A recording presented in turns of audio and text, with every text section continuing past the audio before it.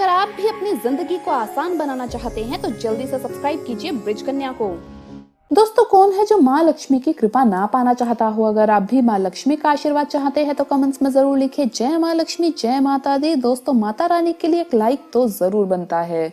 दोस्तों, हमारे यहाँ रोजमर्रा के कार्य से जुड़े भी अनेक परंपराएं हैं, जैसे स्नान के बाद ही पूजा करना, खाने के पहले नहाना, 11 को चावल नहीं खाना, मंगलवार, गुरुवार और शनिवार को बाल ना कटवाना आदि। ऐसी ही एक बेहद महत्वपूर्ण और जरूरी परंपराओं व नियमों में शामिल है बाल किस दिन धोएं और किस दिन नहीं। दोस्तों, आपको बता दें कि हमारे हिंदू धर्म में कई परंपराएं ऐसी होती है जो सदियों से चली आ रही है और लोग आज भी उसे फॉलो करते हैं। कुछ लोगों का मानना है कि ये सिर्फ वहम है, लेकिन वहीं कई लोग इसे सही भी मानते हैं। वहीं आपको ये भी बता दें कि इन परंपराओं का महत्व इसलिए भी है क्योंकि इसके पीछे कोई ना कोई कारण जुड़ा रहता है। इनमें से कुछ परंपराओं का विशेष महत्व दिया गया है। हमारे शास्त्रों में व्यक्ति के जन्म से लेकर शादी, विवाह व मृत्यु तक कई सारी परंपराएं हैं। व्यक्ति के दिनचर्या से लेकर अंतिम संस्कार तक हर पल के लिए कुछ ना कुछ परंपराएं जुड़ी होती है, जिसे हम निभाते भी हैं।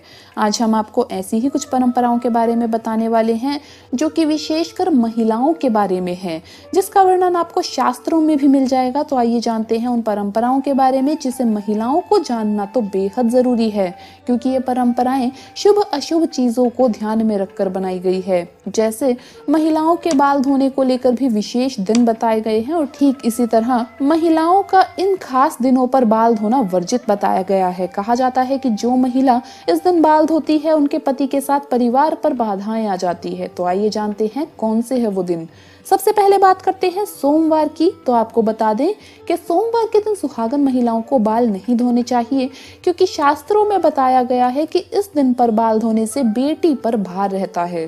साथ ही इस दिन कभी भी घर में पोंछा नहीं लगाना चाहिए और ना ही जाले साफ करने चाहिए, क्योंकि ऐसा करने से न सिर्फ बेटी पर मुसीबत आती है बल्कि आपके घर की बरकत भी चली जाती है। कुंवारी कन्याएं इस दिन बाल धो सकती है।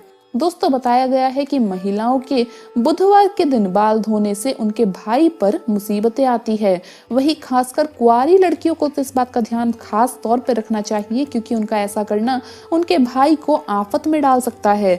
इसलिए जितना हो सके बुधवार को बाल धोने से बचना चाहिए। कहा जाता है कि जो महिलाएं गुरुवार के दिन बाल धोती है उनके पति की उम्र इससे कम हो जाती है। इसलिए खास तौर पर सुहागन महिलाओं के लिए ऐसा कहा गया है कि वो भूल से भी गुरुवार को तो बाल बिल्कुल भी ना धोएं। इस दिन बाल धोने से पति किसी परेशानी में पड़ सकता है। अगर आप एकादशी का व्रत रखते हैं तो उस दिन आपको सर नहीं धोना चाहिए, उससे एक दिन पहले आप सर जरूर धो लें।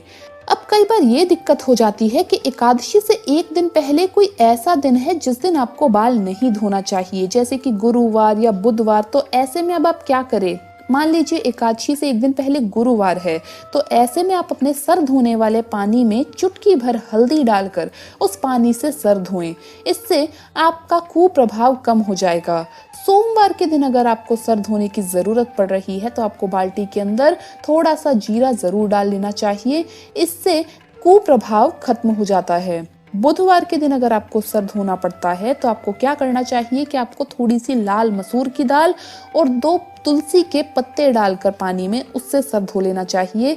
इससे कुप्रभाव कम हो जाएगा। अब बात करते हैं कि सर धोने के बाद बाल्टी में पड़ी हुई चीजों का आपको क्या करना है, जैसे जीरा, तुलसी के पत्ते। सर धोने के बाद जो बाल्टी में बच गए हैं उसका आप क्या करें, उसे ले जाकर के आप किसी भी पौधे की या पेड़ की जड़ में डाल दें।